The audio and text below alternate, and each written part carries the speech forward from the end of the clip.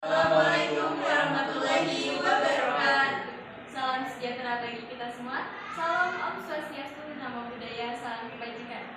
Perkenalkan, kami dari tim delegasi SMA Ahmadiyah, saya Nabi Syakila Fatur Rahman akan memberikan argumentasi tentang rekomendasi atau usulan untuk pengembangan unit Museum Sumpah Pemuda dalam rangka minat masyarakat kekinian.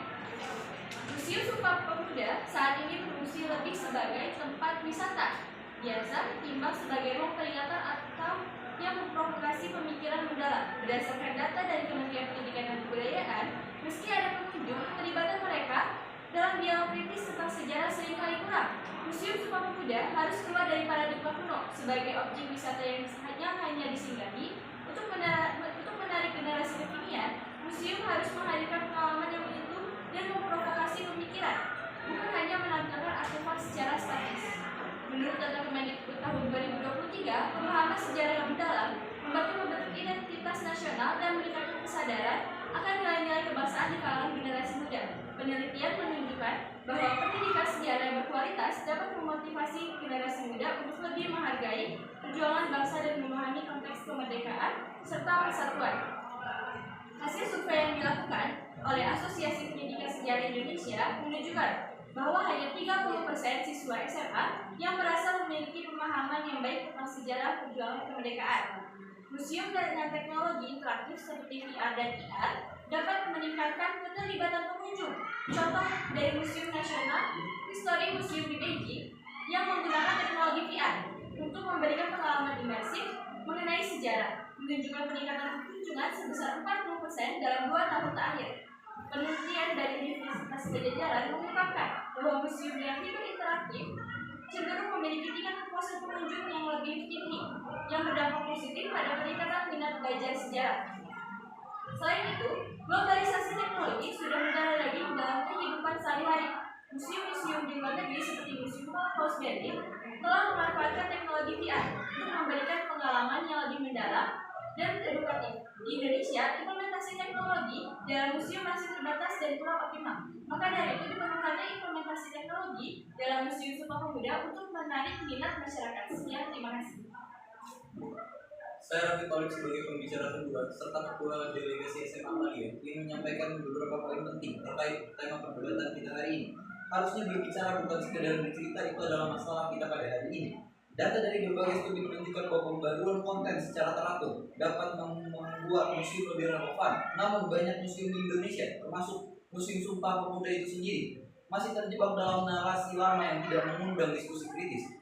Museum harusnya menjadi ruang yang berani untuk menantang narasi yang sudah mapan. Konten yang ditawarkan harus mampu berbicara kepada pengunjung dengan bahasa dan perspektif yang relevan dengan konteks kekinian. Ini bukan tentang mempercantik pameran, tetapi tentang membuat pengunjung berpikir dan berdiskusi tentang relevansi sejarah hari ini. Ketika pengelolaan sudah baik dan promosi juga sudah baik, ini akan berdampak pada ekonomi lokal. Studi dari Universitas Gadjah Mada menunjukkan bahwa pembangunan museum dapat menciptakan lapangan kerja baru. Data dari Pusat Penelitian Ekonomi Daerah menunjukkan bahwa setiap pengunjung museum berpotensi membelanjakan sekitarnya Rp500.000 di area sekitar museum yang dapat meningkatkan perekonomian lokal secara signifikan. Rekomendasi dari kelompok kami adalah rancangan dan diimplementasikan program promosi yang mengikuti kampanye media sosial, karena targetnya adalah masyarakat kekinian yang cenderung lebih banyak kegiatannya di media sosial. Maka media sosial adalah salah satu wadah yang tepat untuk mempromosikan museum ini sendiri. Dan museum juga harus menjalin kemitraan dengan pelaku industri lokal seperti hotel dan restoran untuk menawarkan diskon atau paket khusus kepada pengunjung museum itu sendiri, sehingga menarik minat-minat baru daripada pengunjung museum itu sendiri. Contoh keberhasilan adalah Museum Unis Talun Yogyakarta yang telah berhasil menarik lebih dari 500 pengunjung setiap tahun. Ini menunjukkan bahwa museum dapat menjadi daya tarik utama jika dikelola dengan baik. Kemudian, berdasarkan laporan dari Dinas Pariwisata Yogyakarta, keberhasilan UNES Talun mempengaruhi pendapatan sektor pariwisata lokal, termasuk meningkatkan keunjungan ke hotel dan restoran sebesar 15%.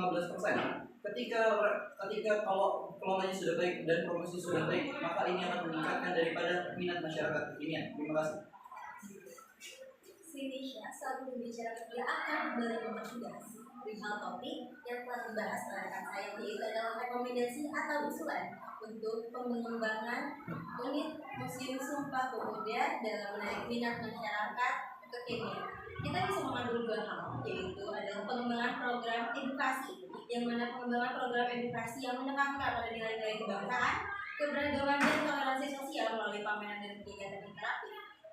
Memiliki bukti dari laporan Indonesia Research Institute menunjukkan bahwa museum yang mengintegrasikan nilai-nilai tersebut atau nilai kebinekaan dan sejarah perjuangan bangsa memiliki kontribusi pada meningkatkan rasa saling menghargai dan mengurangi sifat eksklusivisme di kalangan masyarakat, dilansir dari IRI Report tahun 2023. Dilihat juga dari pengembangan desain pameran bisa menjadi cermin utama dalam status unit pembelajaran, karena dalam tercerminnya keadilan secara etnis, budaya, dan sejarah Indonesia dengan fokus yang tetap berperan pada Sumpah Pemuda dalam mempromosikan persatuan dan toleransi. Kita lihat dari data dan survei yang dilakukan oleh Yayasan Cinta Tanah Air yang menunjukkan bahwa program-program edukasi sejarah tersebut yang berada di museum dapat memperbaiki hubungan antara kelompok sosial dan meningkatkan solidaritas sosial.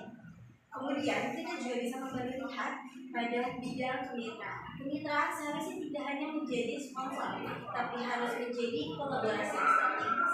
Fakta banyak sekali yang dapat kita terapkan, yaitu banyak sekali museum di dunia yang ternyata dapat sukses berkat kemitraan yang strategis dengan sektor swasta dan juga institusi pendidikan. Namun sayang sekali di Indonesia banyak kemitraan yang hanya bersifat sponsor tanpa manfaat nyata bagi pengembangan konten atau pengalaman pengunjung.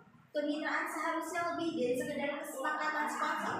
Hal ini harus menjadi kolaborasi strategis yang memberikan nilai tambah, yaitu museum harus mencari mitra yang bisa menyediakan dukungan baik dari segi konten, teknologi maupun promosi, dan menghindari kemitraan yang hanya berorientasi pada branding. Dengan pendekatan kritis ini, pengembangan Museum Sumpah Pemuda tidak hanya akan meningkatkan relevansinya di mata masyarakat kekinian, namun juga akan menggarap, juga mengubah cara pandang kita terhadap pelestarian dan pendidikan sejarah. Dengan argumen ini, diharapkan pembangunan unit Museum Sumpah Pemuda dapat meraih dukungan luas dan memberikan manfaat maksimal bagi masyarakat kekinian. Sekian, terima kasih.